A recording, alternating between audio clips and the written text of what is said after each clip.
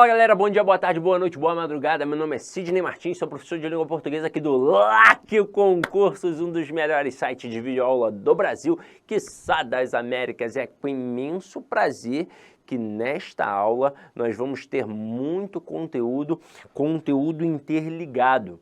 Nós vamos começar pela parte de tipos de sujeito para dar suporte para aquilo que a gente chama de concordância verbal e depois a gente vai trabalhar um pouquinho de concordância nominal. Dentro deste bojo todo, o que ganha muita importância no cenário do concurso público é a concordância principalmente verbal.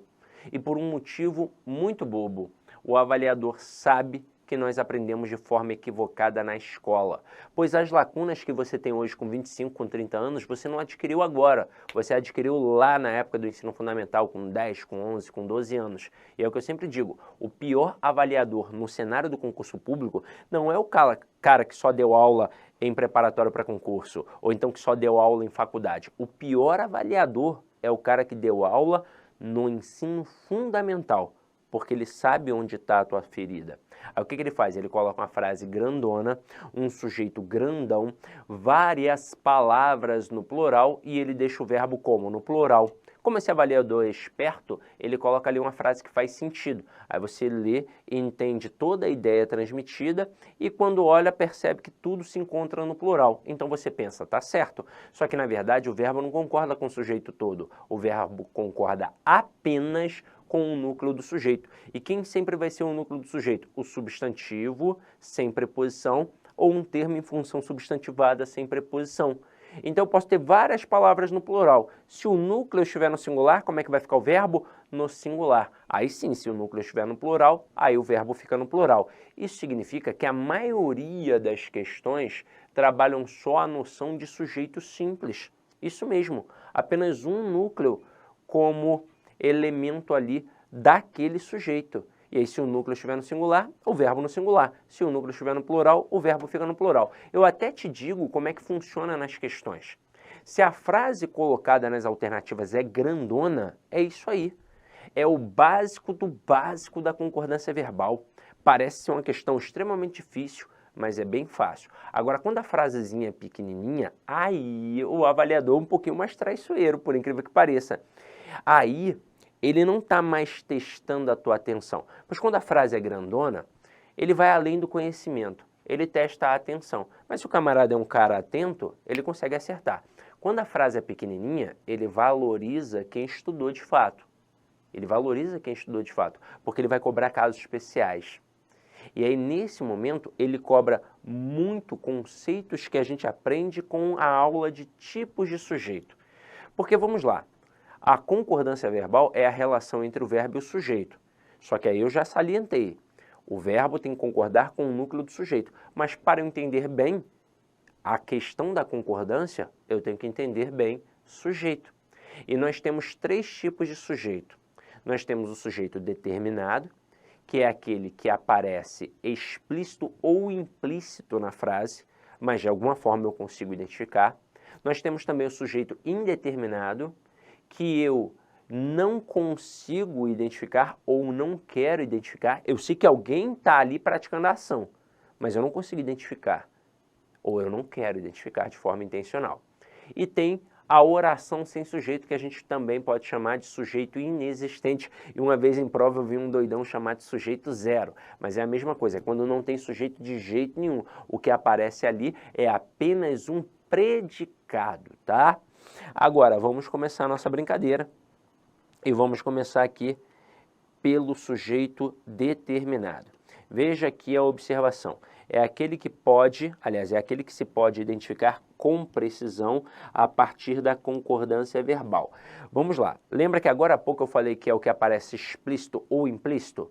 Explícito porque eu consigo visualizar, eu estou vendo, implícito porque eu não consigo visualizar. Eu divido em três etapas. Explícito, o simples e o composto.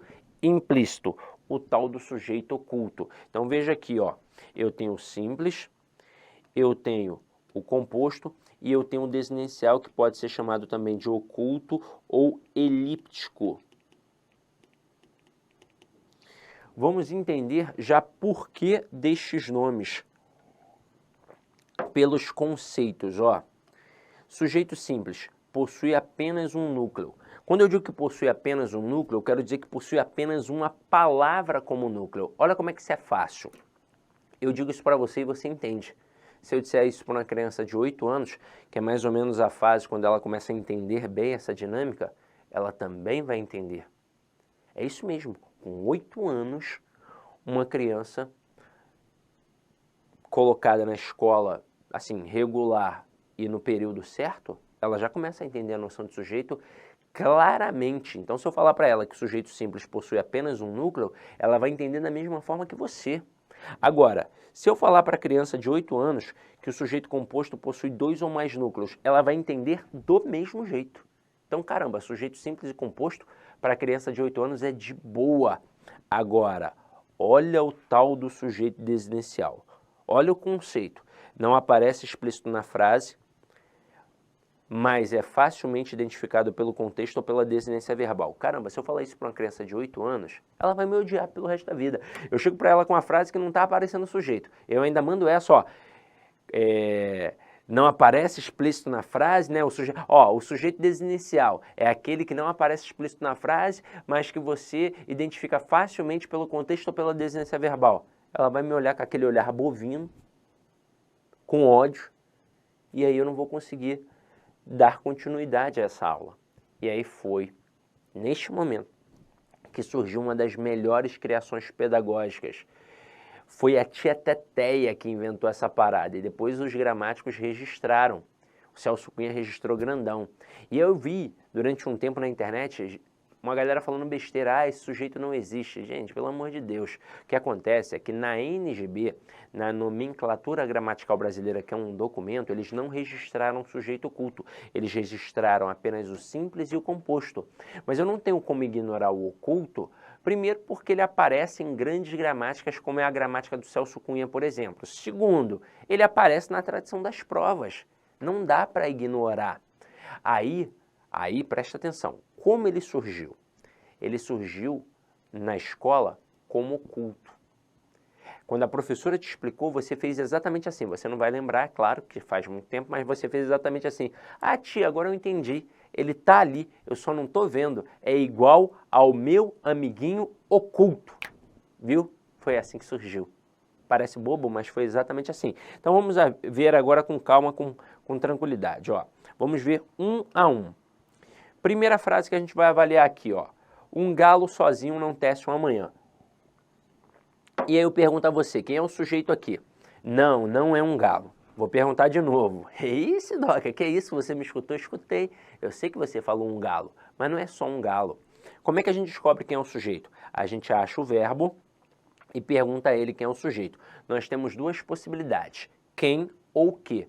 E por que eu tenho duas possibilidades? Porque eu posso perguntar quem ou o quê? Porque o sujeito pode ser uma pessoa ou uma coisa, você já sabe bem. Se eu disser João quebrou o pé, eu vou perguntar quem quebrou. Perguntei quem porque o sujeito é uma pessoa. Agora, se eu disser a cadeira quebrou, vou perguntar o que quebrou. Perguntei o que porque agora o sujeito é uma coisa, é a cadeira. Ah, mas se a frase estiver muito grande ou invertida, não importa. É só para a gente saber que a primeira pergunta feita para o verbo é sempre para definir quem é o sujeito. Agora, você vai reparar que aqui tem uma palavra negativa acoplada a este verbo. Portanto, ela vai entrar na pergunta. Quem ou o que não tece uma manhã? A resposta, um galo sozinho. Tudo isso é o nosso sujeito. Agora eu pergunto a vocês, quem é o núcleo do sujeito? O substantivo sem preposição é a palavra galo. E aí, ó, tem quantas palavras como núcleo? Uma. Por isso, o sujeito o quê? Simples. Agora, a próxima frase ali. Pedro e Bino consertaram um caminhão. Turma, como é que eu descubro quem é o sujeito? Eu acho o verbo e pergunto a ele quem é o sujeito. Só que agora vai entrar uma parada maneira. Veja que o verbo está no plural. Consertaram. A minha pergunta não vai ser no plural. A minha pergunta será no singular. Ué, como assim, Sidney? O verbo está no plural. É, mas eu ainda não fiz a pergunta. Eu ainda não sei quem é o referente. Vai que é uma pegadinha do avaliador. Então eu pergunto no singular para descobrir quem é um núcleo. E se for só um núcleo e estiver no singular? O verbo tem que ficar no singular. Se forem dois núcleos ou então um núcleo que esteja no plural, aí beleza, o verbo fica no plural. Então aqui, ó, quem consertou o caminhão? Resposta, Pedro e Bino. Isso é o sujeito. Quem é o núcleo aqui? Pedro e Bino, são dois núcleos. Então, neste momento, o verbo tem que concordar com os dois núcleos e fica obrigatoriamente no plural. Então, certinho. Agora, olha a próxima frase. É nesta sala retirada e escura que vamos introduzir o leitor. Olha que coisa interessante tem aqui. Este é que, essa expressão que apareceu aqui, é uma expressão expletiva ou de realce, que a gente pode retirar. Pode ver que eu poderia facilmente fazer assim, ó. Nesta sala retirada e escura, vamos introduzir o leitor. E eu te pergunto, quem é que vai introduzir o leitor? Nós. Então, eu não consegui visualizar, não estava escrito, mas eu consegui identificar. Eu consegui identificar que era o nós. Portanto, isso eu chamo de sujeito oculto, ou elíptico, ou desinencial. E aí vai depender do avaliador. Tem avaliador que gosta de chamar de oculto, tem avaliador que gosta de chamar de desinencial, tem avaliador que gosta de chamar de elíptico. É só para você ter noção de que não é pegadinha. Porque às vezes o cara pensa assim, poxa, eu aprendi a vida inteira como oculto e aqui na prova apareceu como elíptico. Ah, é sacanagem do avaliador, ele está tentando me derrubar. Não, é só um jeito diferente, uma nomenclatura diferente para falar sobre a mesma coisa, tá? Pois bem, galera, aqui foi bem tranquilo. Vamos agora para o sujeito indeterminado e vamos começar a perceber como é linda a língua portuguesa, como o sujeito indeterminado tem funcionalidade para a gente no nosso dia a dia. Então se liga só, sujeito indeterminado é aquele que, embora existindo, não se pode determinar nem pelo contexto, nem pela terminação do verbo. Na língua portuguesa, há 3 maneiras diferentes de identificar o sujeito de uma oração. E aqui já começa um problema. Por que começa um problema? Porque muito provavelmente alguns de vocês, não vou falar todos obviamente, mas alguns de vocês só viram 2 formas e não 3. Isso em escola e em preparatório. Por uma escolha do professor, provavelmente.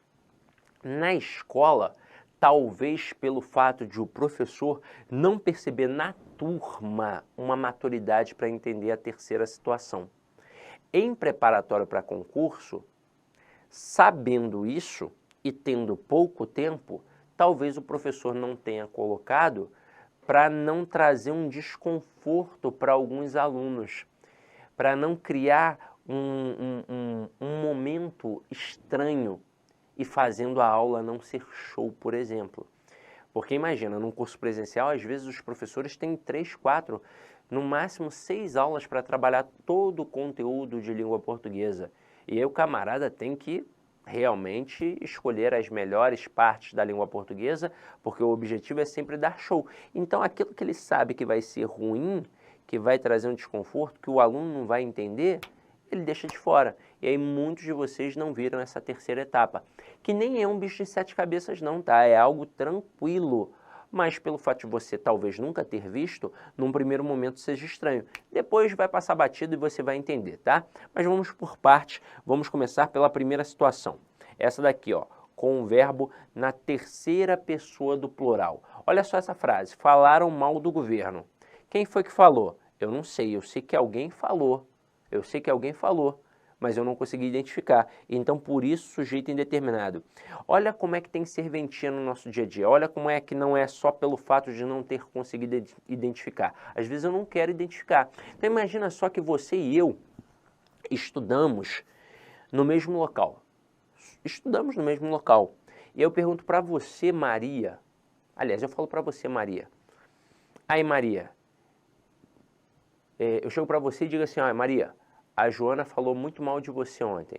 Aí você deve estar se perguntando, mas por que você escolheu Maria e escolheu Joana? Por que você não escolheu o João e o José?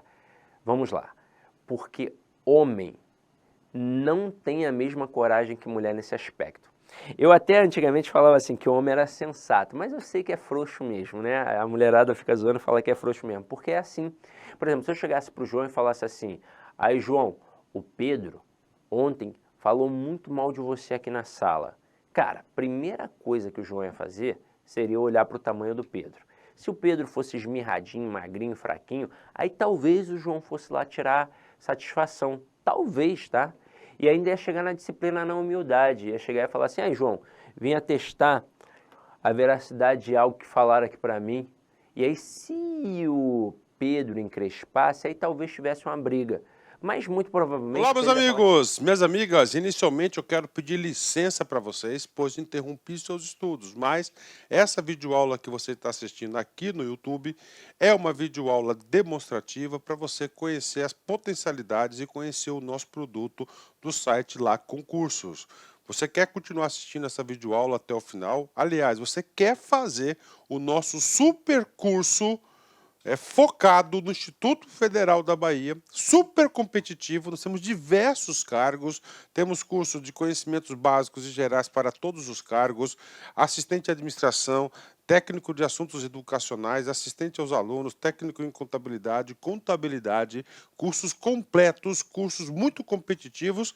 É muito simples, é só você entrar em contato com uma das nossas atendentes aqui da Lá Concurso, que eu tenho certeza que você não vai se arrepender. Tá certo, meus amigos? Então espero vocês no site Lá Concursos. Um forte abraço, fique com Deus, tchau, tchau.